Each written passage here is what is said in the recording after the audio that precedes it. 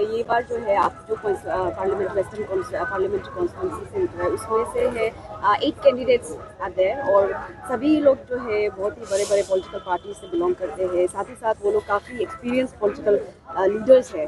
तो इसमें what makes you stand out among them, आप क्या बोलेंगे इसमें?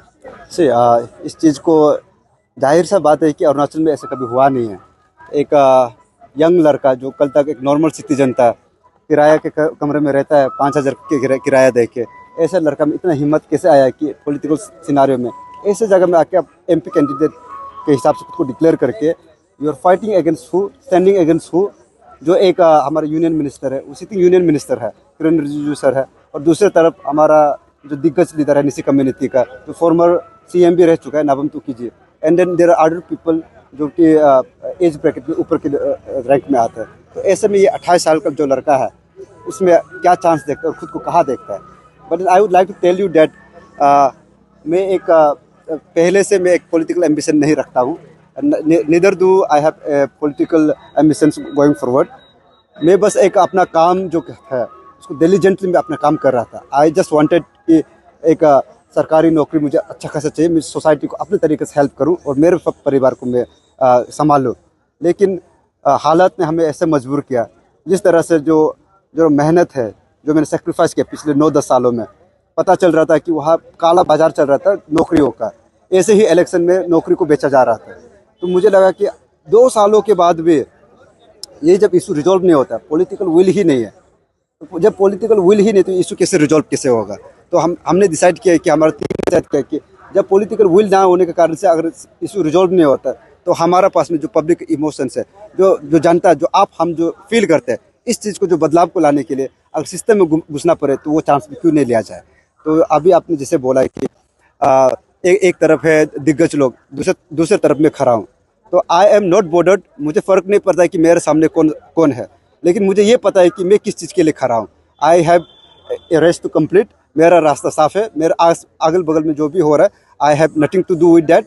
एंड मेरा कोई किसी पॉलिटिकल पार्टी से या फिर कोई एक पर्टिकुलर इंडिविजुअल से कोई लीडर से पर्सनल दुश्मनी नहीं है। आई वांट टू स्टैंड, मैं एक कोस के लिए खड़ा होना चाहता हूँ। मैं एक जो अरुणाचल के जो सीरियस इशूज है इसको लेके सही जगह पे बातें डिस्कशन होना है, वो सोच से आगे बढ़ रहा हूँ। तो मुझे फ़र्क नहीं पड़ता है कि मेरे सामने अगर यूनियन मिनिस्टर है, मुझे फ़र्क नहीं पड़ता है कि मेरे सामने जो फॉर्मर सीएम है। मुझे बस ये पता है कि मेरा जो सोच है मैं क्लियर हूँ और अरुणाचल जो है इस वक्त जो है उनको बदलाव चाहिए और वो बदलाव के तौर पे मैं आया हूँ। कल को अगर आप जीत जाए तो क्या आपको लगता है कि एक इंडिपेंडेंट एमपी कैंडिडेट ला पाएगा? यस, ये जो सवाल है ये काफ़ी लोगों के जहन में भी है और मैंने अपने काफ़ी इंटरव्यू में इसको क्लैरिफाई भी किया। हालांकि ये जो सवाल है हर कोई सोचता है कि एक अकेला सिंगल इंडिपेंडेंट कैंडिडेट जो है एमपी अगर जीत भी जाए तो क्या चेंजेस लेके आएंगे। लेकिन जो एग्जिस्टिंग एमपी है, आप लोगों को मैं पूछना चाहता हूँ कि जो एग्जिस्टिंग एमपी है अरुणाचल का, 2 हमारा लोकसभा में है, 1 राज्यसभा में है, ये जो 2 सिटिंग लोकसभा एमपी है ये बैठ के क्या चेंजेस लेके आ रहे हैं, जो यूनियन मिनिस्टर में भी है। तो मैं आप लोगों को ये जरूर बताना चाहता हूँ कि कल को शायद से मैं एक सिंगल एमपी होकर, वो भी इंडिपेंडेंट में होकर, अपोजिशन में होकर, शायद ज़्यादा चेंजेस लेके नहीं आ पाऊंगा। लेकिन I will make sure, I promise the people of Arunachal Pradesh that जो भी इशू, एक ऐसे इशू जो जिसका पीड़ा हर एक अरुणाचल उसका पल्स को फील करता है, ऐसे इशूज़ को पार्लियामेंट के जो सदन में है उसको जोरों शोरों से इसके ऊपर डिस्कस किया जाएगा। इसमें नेशनल लाइमलाइट जो है इसको मिलेगा। एंड देन जहाँ मेरा कैपेसिटी है अगर इशू को रिजॉल्व करने के लिए, I will be speaking on behalf of 8 lakh population of Arunachal Pradesh, and that will be a statement for the people of Arunachal Pradesh. And with this, I will always try and make sure कि if there is anything within my jurisdiction, जिसका मेरे jurisdiction में रहकर कोई issue resolve होता है और वो सोसाइटी के इंटरेस्ट में है, उस इशू को मैं जी जान लगा के उसको रिजॉल्व करने के लिए, एक सही लॉजिकल कंक्लूजन देने के लिए प्रयास हमेशा मेरा यही रहेगा। आपके मैनिफेस्टो में आपका जो 3 पॉइंट है वो कहीं ना कहीं जो आप लोग का डिमांड्स है, स्पेशली एपीपीएससी फियास्को को लेकर ही है। तो काफ़ी लोगों का ये क्वेश्चन है कि एक एंटायर कॉन्स्टिट्यूंसी का जो पार्लियामेंट्री वेस्टर्न कॉन्स्टिट्यूंसी का एक एमपी जो है सिर्फ क्या वही मुद्दे पर जो एपीपीएससी फियास्को पर ही लेकर के कैसे खड़ा कर सकता है, क्योंकि there will be many other things that needs to be addressed also in the parliament. So what would you say on that? Yes, I think I'm not sure. Maybe you have not gone through the manifestos, the visions that जो अभी public domain में हमारा vision और manifesto में। सबसे पहले तो ये बता दूं कि यहाँ जो जितना आपने बताया कि 8 कैंडिडेट है एमपी का ना, 8 कैंडिडेट में से कोई एक भी जो एमपी कैंडिडेट है, कोई भी एक जो वो है कैंडिडेचर है अपना कोई भी मैनिफेस्टो के साथ नहीं आया। शायद से मैं अकेला हूँ जिन्होंने मैनिफेस्टो जारी किया एमपी के लिए भी। तो इसी से पता चलता है कि मेरा कमिटमेंट, मेरा वो सब रोड मैप कैसे है।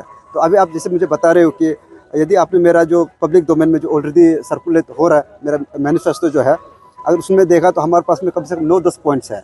9-10 पॉइंट्स में से हाँ, ये जो एपीपीएससी का जो इशू है, हालांकि ये one of the top priority रहेगा, क्योंकि इस इशू में मैं एक टीम के साथ जुड़ा हुआ हूँ and we have been fighting this cause for the last 2 years। तो बस ये इशू जो है, जो एमपी का जो पॉलिटिक्स में जंप करने का जो निर्णय लिया है, ये एक इशू पे तो सीमित नहीं हो सकता। जाहिर सा बात है, अरुणाचल में ऐसे बहुत सारे इंपॉर्टेंट इशूज है जिसके बारे में कोई आज तक डिस्कस ही नहीं हो रहा है। इसमें कोई एक रियल जो पॉलिटिकल विल कभी दिखाया नहीं है। तो आप मेरे मैनिफेस्टो जो पब्लिक डोमेन में एक बार गो थ्रू कीजिएगा। मैंने ये एपीपीएससी का जो पेपर लिखे इशू के अलावा भी there are so many social, political, economic issues. जैसे कि मैं एक दो मैं आप लोगों को बता देता हूँ कि अरुणाचल में डिलिमिटेशन का एक बहुत इमोशन, सेंटिमेंटल वैल्यूज बहुत स्ट्रॉन्ग है। जैसे हमारा जीरो में अपतनी वैली में है।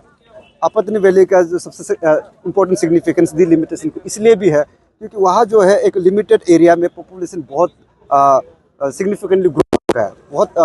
तो ऐसे में क्या हो रहा है कि इन लोगों को पॉपुलेशन वाइज जो रेशियो उनको रिप्रेजेंटेशन का जो आवाज़ मिलता है वो सही मायने में नहीं मिल रहा है। वैसे ही ये सेंटिमेंट जो है सिर्फ हमारा अपतनी कम्युनिटी में नहीं बल्कि पूरा अरुणाचल में है। तो ये एक ऐसी चीज़ है जिसको एड्रेस करना बहुत ज़रूरी हो रहा है। वैसे ही हमारा जो एजुकेशन सेक्टर में है वो बहुत एक बुरे तरीक़ा से गुजर रहा है। जैसे कि हमारा NIT जोटे है, वो एक इंस्टीट्यूट ऑफ नेशनल इम्पोर्टेंस बोलता है इसको।